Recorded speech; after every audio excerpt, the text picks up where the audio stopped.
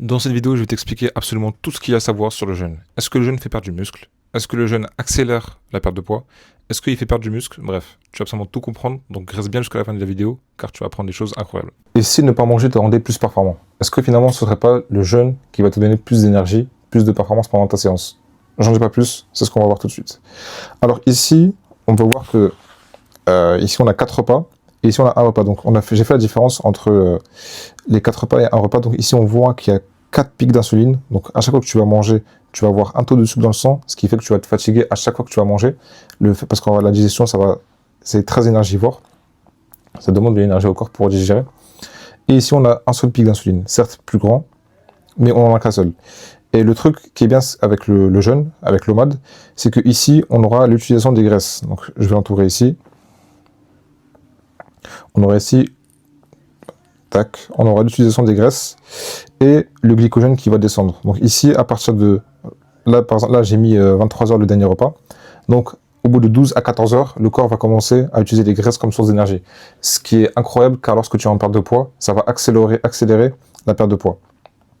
C'est aussi un avantage lorsque tu es en prise de muscle parce que tu vas pouvoir avoir une énergie stable toute la journée. C'est pas comme les 4 pics d'insuline ici où tu vas voir des montagnes russes, tu vas avoir de l'énergie, tu seras fatigué à chaque fois, je crois. Bref, c'est pas une énergie qui est intéressante pour l'entraînement.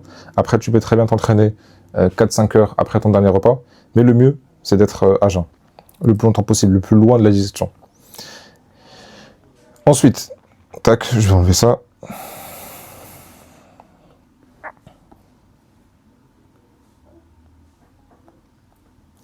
Ensuite, donc là ici on a vu qu'on avait 4 pics d'insuline, moins d'opportunités d'utilisation des graisses. Donc ici, on voit bien qu'on n'a quasiment pas le temps d'utiliser les graisses, car il faut 12 à 14 heures pour commencer à utiliser les graisses comme source d'énergie. On a une insuline qui est élevée plusieurs fois par jour. Donc ici on a tout le temps l'insuline qui est élevée constamment, ce qui est très mauvais et qui peut déclencher la maladie du diabète type 2. La maladie du diabète type 2, c'est tout simplement un dérèglement de l'insuline et du glucagon.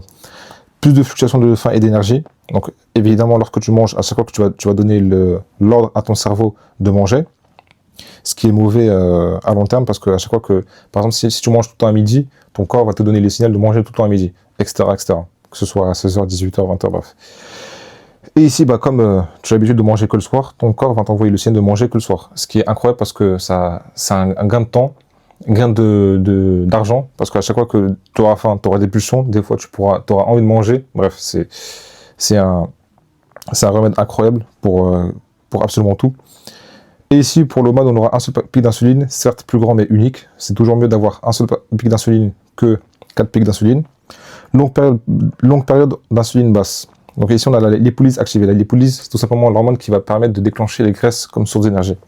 Une meilleure sensibilité à l'insuline, évidemment. Lorsqu'on a un seul pic d'insuline, on aura beaucoup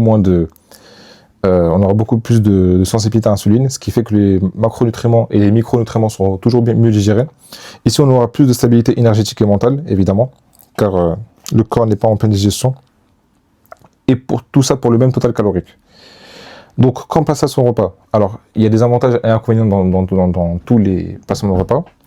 Mais le mieux sera toujours le mettre dans le soir. Pourquoi le soir? Parce que pendant toute la journée, tu auras une énergie stable. Tu vas profiter de le repos digestif, le fait d'avoir tes graisses comme source d'énergie, bref, c'est incroyable.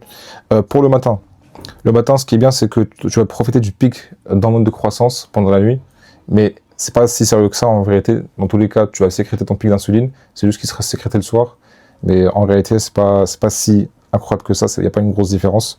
Le midi, pareil. Le midi, ce qui est bien, c'est qu'il y a des gens qui n'arrivent pas à dormir après avoir mangé. Donc, ce qui fait qu'ils sont un peu loin entre le sommeil et la digestion, ce qui fait qu'ils vont dormir beaucoup plus tôt. Mais l'inconvénient, c'est que des fois, on a des pulsions le soir. C'est qu'on a envie de manger le soir. Pareil pour le goûter. Bon, le goûter, c'est un peu plus rapproché du repos. Et le soir, pour moi, le soir, c'est beaucoup mieux. Donc ici, on va voir les avantages et inconvénients. Donc ici, le premier avantage, c'est la perte de gras facilité, évidemment. Avec lorsque tu jeûnes, tu vas utiliser tes graisses comme source d'énergie. Donc évidemment que ça va avoir une perte de gras qui est beaucoup plus facilitée. Un déficit calorique plus simple, parce que lorsque tu vas manger le soir, tu vas pouvoir mieux contrôler ce que tu manges. Pas comme à chaque fois que tu manges 4 fois, ça peut te mettre en surplus calorique plus facilement. Une meilleure utilisation des graisses. Évidemment, hein, lorsque tu vas jeûner, tu vas pouvoir utiliser tes graisses comme source d'énergie, ce qui n'est pas le cas lorsque tu manges 4 repas, 5 repas ou 6 repas. Là, tu auras beaucoup plus d'opportunités d'utiliser tes graisses. Et même des fois, tellement les gens ils sont habitués à manger 4 repas, 5 repas, que le corps ne sait même plus utiliser les graisses.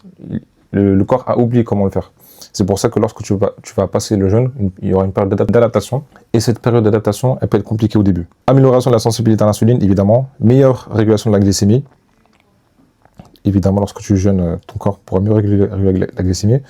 Ensuite, on a, alors si ça va bien, tac, cerveau et focus, meilleure concentration, évidemment, pendant toute la journée, ton insuline elle est basse, énergie plus stable, augmentation du focus, noradrénaline, et stimulation cognitive BDNF, ça c'est sûr, parce que lorsque tu jeûnes, la noradrénaline c'est une hormone qui va te permettre d'avoir un boost, c'est un boost naturel, c'est tout simplement un boost qui va te permettre d'avoir plus d'énergie. Ensuite alors, tac, si ça va bien. Ensuite on a hormones et muscles, activation de l'autophagie. L'autophagie c'est un processus de renouvellement cellulaire. Je pense que c'est un des plus grands bienfaits du jeûne. C'est quelque chose qui va te permettre d'être en meilleure santé tout simplement et qui va te permettre d'avoir un renouvellement cellulaire. C'est-à-dire que tes cellules vont se manger entre eux, ce qui est excellent pour la santé. Effet anti-âge, augmentation de l'hormone de croissance, parce que l'hormone de croissance ça va être sécrété au bout de environ 15 à 16 heures après la dernière bouchée alimentaire, ce qui est excellent pour la prise de muscle. Meilleure gestion de la faim, évidemment lorsque tu manges une fois, tu auras moins de fringales, moins d'envie de manger. Ensuite, préservation musculaire, évidemment, si tu manges toutes tes protéines et que tu manges toutes tes calories, pendant le jeûne, tu ne perdras absolument pas de muscle. Et que si tu t'entraînes bien, évidemment. Si tu gères les calories, les protéines et l'entraînement, aucun souci. Digestion et santé.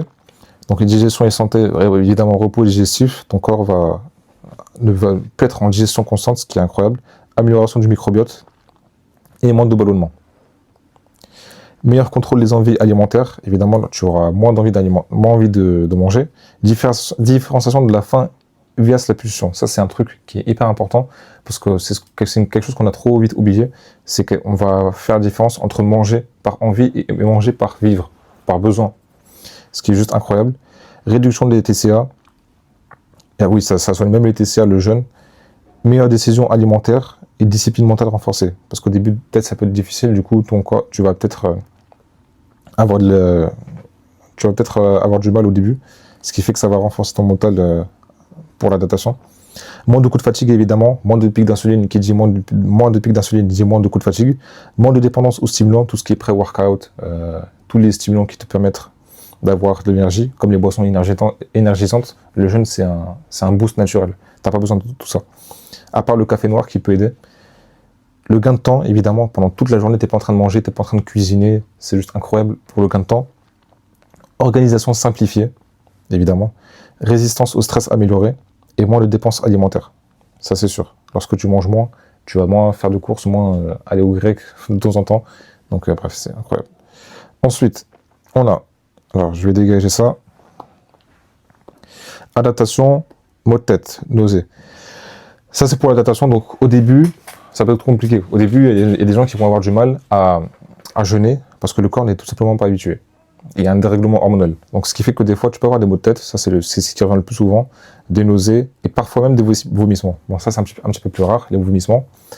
Tu auras évidemment des sensations de froid parce que parce que le corps va prioriser le réchauffement des organes et l'intérieur du corps plutôt que l'extérieur.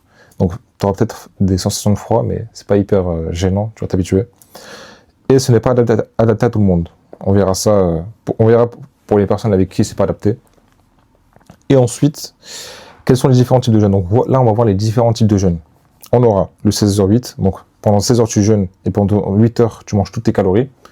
C'est pendant 8 heures, c'est pas forcément, ça peut être pendant 8 heures. Tant que tu manges toutes tes calories, c'est bon. 20h4, pendant 4 heures tu jeûnes et pendant 4 heures tu vas manger tes calories. 24 heures au mat, donc ça c'est un seul repas par jour. Ça c'est un des meilleurs systèmes à faire. Ici on aura le 48 heures. Donc le 48 heures, c'est le fait de ne pas manger pendant 2 jours, ce qui est excellent pour ta santé, Bref, c'est vraiment hyper bien, surtout pour la perte de gras, qui va être hyper accélérée parce que pendant 2 jours, tu vas pas manger. C'est-à-dire que pendant 2 jours, ton corps, la source principale d'énergie, ça va être la graisse. T'imagines? Donc, c'est juste excellent. Et les 72 heures, j'en parle même pas. Les 72 heures, pendant 3 jours, tu manges pas. Pendant 3 jours, ton corps est sur l'utilisation des graisses. C'est excellent pour la perte de gras. Les gens ne l'utilisent pas trop, l'utilisent rarement. Parce que c'est quelque chose, les gens ils ont peur du jeûne. Alors que s'il est bien géré, il n'y a absolument aucun problème à le faire.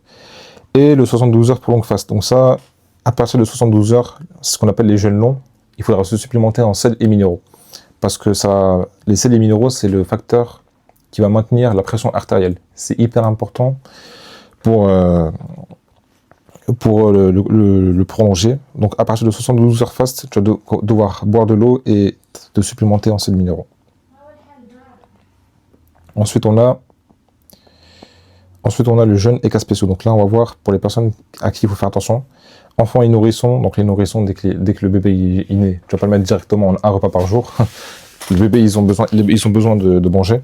Donc c'est hyper important de les nourrir constamment. Mais pour les enfants, le plus important, c'est pas forcément en soi l'OMAD, c'est de leur faire comprendre dès le plus jeune âge qu'il faut manger une seule fois par jour, voire deux fois par jour. Il faut leur faire comprendre que avoir des pics d'insuline trop fréquents, c'est mauvais pour la santé. C'est le plus important à faire comprendre. Mais en soi, ils peuvent jeûner, les enfants. À partir de 6 ans, je dirais, c'est possible. Mais il n'y a pas forcément d'âge. Et les femmes, on aura les femmes enceintes et les femmes en menstrues. Avec les femmes en menstrues, le problème, c'est qu'elles auront des envies trop fréquentes. Et pour les femmes enceintes, le problème, c'est que c'est vers la fin de la grossesse où ça va être compliqué. Mais elles peuvent très bien faire du Tsumad ou du OMAD, ça marche dans tous les cas. Ce qui importe, c'est le total calorique. Que ça soit fait en 1 repas, 2 repas, 4 repas, c'est le plus important. C'est pas le plus important. C'est plutôt le total calorique. Et les personnes très maigres, donc les personnes anorexiques, elles pourront pas jeûner parce qu'elles sont très maigres, elles sont anorexiques. Du coup, il faudra qu'elles mangent plusieurs fois. Que peut-on consommer durant le jeûne? Alors, ce qu'on peut consommer, c'est eau pétillante et l'eau normale, parce que ça ne déclenche pas l'insuline. Ça ne va pas couper l'insuline. Le café, alors oui, uniquement si c'est sans sucre et sans lait. Parce que le lait déclenche l'insuline et le sucre déclenche l'insuline. Donc ce qu'il faut, c'est du café noir, sans sucre et sans lait. Ensuite, on a les compléments alimentaires. Donc ça, il faut éviter. Je te conseille de le manger le soir avec ce que tu manges. Les boissons 0 calories, ça évidemment, il faut éviter parce qu'il y a souvent du sucre. Il y a souvent pas mal de trucs qui sont mauvais et qui peuvent déclencher l'insuline. Les médicaments, j'ai rien mis parce que médicaments, si tu as besoin, si tu es malade, prends des médicaments, tu vas pas... Prends tes médicaments si tu as besoin. Mais il y a des médicaments qui déclenchent l'insuline, si tu veux savoir. Il y a des médicaments qui déclenchent l'insuline, la plupart. Les fruits et les snacks, donc évidemment les fruits, ça déclenche l'insuline. Tout ce qui est fruits et snacks. Et se brosser les dents, tu peux te brosser les dents, hein, tant que tu manges pas toute la boîte de dentifrice, c'est ok. Hein. Ensuite, qu'est-ce qui déclenche l'insuline concrètement? Donc on a le sucre, ça va déclencher l'insuline. C'est logique, j'explique pas pourquoi. 30 à 40 calories. À partir de 30 à 40 calories, l'insuline va commencer à être spikée. Donc ça va couper le jeûne. Du coup, tu vas perdre tous les bénéfices du jeûne, perte de gras, etc.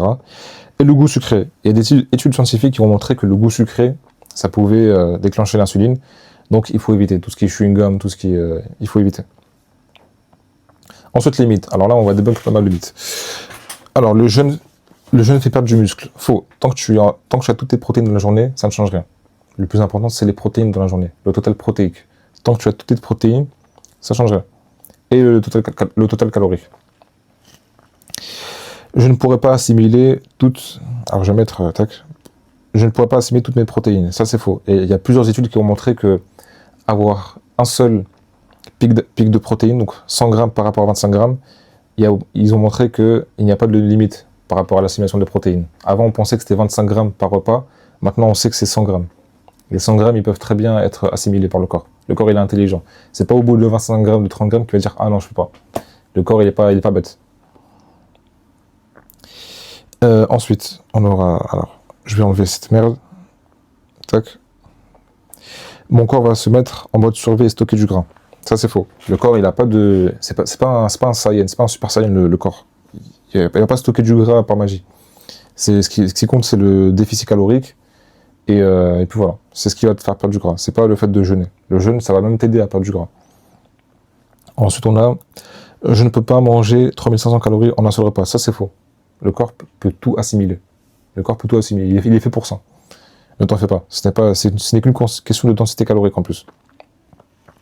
Si tu sais comment bien manger, si tu connais les aliments qui ont une grosse densité calorique, comme l'huile d'olive, les avocats, le poisson, etc., tu peux très facilement atteindre tes calories. Et ensuite, à la fin, j'aurai pas assez d'énergie pendant mon entraînement. Ça, c'est le contraire. Quand tu vas jeûner, tu auras plus d'énergie. Parce que tu vas utiliser tes graisses comme source d'énergie. Tu n'auras pas de pic d'insuline incessant. Tu auras une énergie qui est stable. Donc, voilà. Et enfin, les règles d'or. Pour la perte de gras, je te conseille de privilégier le cardio à longue durée. Ça, c'est le meilleur à faire.